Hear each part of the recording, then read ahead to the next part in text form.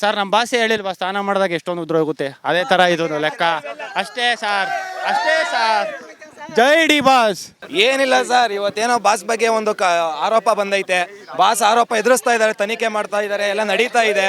So ನಮ್ಮ boss ಹೇಳ್ತಿಲ್ವಾ sir, ಯಾರೇ ಬಂದರು ಎದುರು ಯಾರೇ ನಿಂತರು ನೀವು ಎದುರ್ಕೊಂಬೇಡಿ ಬಾಸ್, ನೀವು ನಮ್ಮ ಯಜಮಾನ ಅನ್ಕೊಂಡು ನಾವು ಬಾಸಿಗೆ ಸಪೋರ್ಟ್ ಮಾಡ್ತಾ ಇದೀವಿ.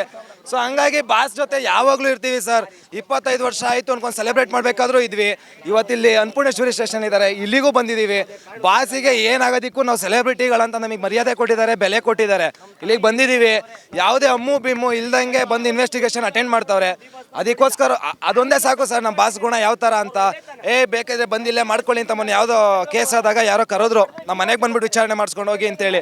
ಆ ಥರ ಇಲ್ಲ, ಕಾನೂನಿಗೆ ಮರ್ಯಾದೆ ಕೊಡಬೇಕು, ಬಂದಿದ್ದಾರೆ. ನೋಡೋಣ ಸರ್ ಕಾನೂನು ಯಾವ ಥರ ಕ್ರಮ ತಗೊಳುತ್ತೆ. ಜಸ್ಟ್ ಆರೋಪ ಬಂದಿದೆ, ಆರೋಪನ ನಾವು ಗೆದ್ಕೊಂಬರ್ತೀವಿ. ಈ ಥರ ತುಂಬ ಸಲ ಗೆದ್ಕೊಂಬಂದಾಗಿದೆ, ಫಸ್ಟ್ ಟೈಮ್ ಏನಲ್ಲ ಇದು ಬಾಸ್ಗೆ. ಬಾಸ್ ಊಟ ಮಾಡಿದ್ದಕ್ಕೂ ಕೇಸ್ ಹಾಕಿದ್ರು, ಎಲ್ಲೋ ಪಬ್ಬಲ್ಲಿ ಎಣ್ಣೆ ಹೊಡೆದಿದ್ದಕ್ಕೂ ಕೇಸ್ ಹಾಕಿದ್ರು.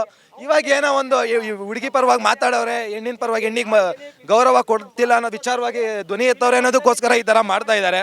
ನೋಡೋಣ ಸರ್, ಗೆದ್ಕೊಂಬರ್ತೀವಿ. ಜೈ ಡಿ ಬಾಸ್.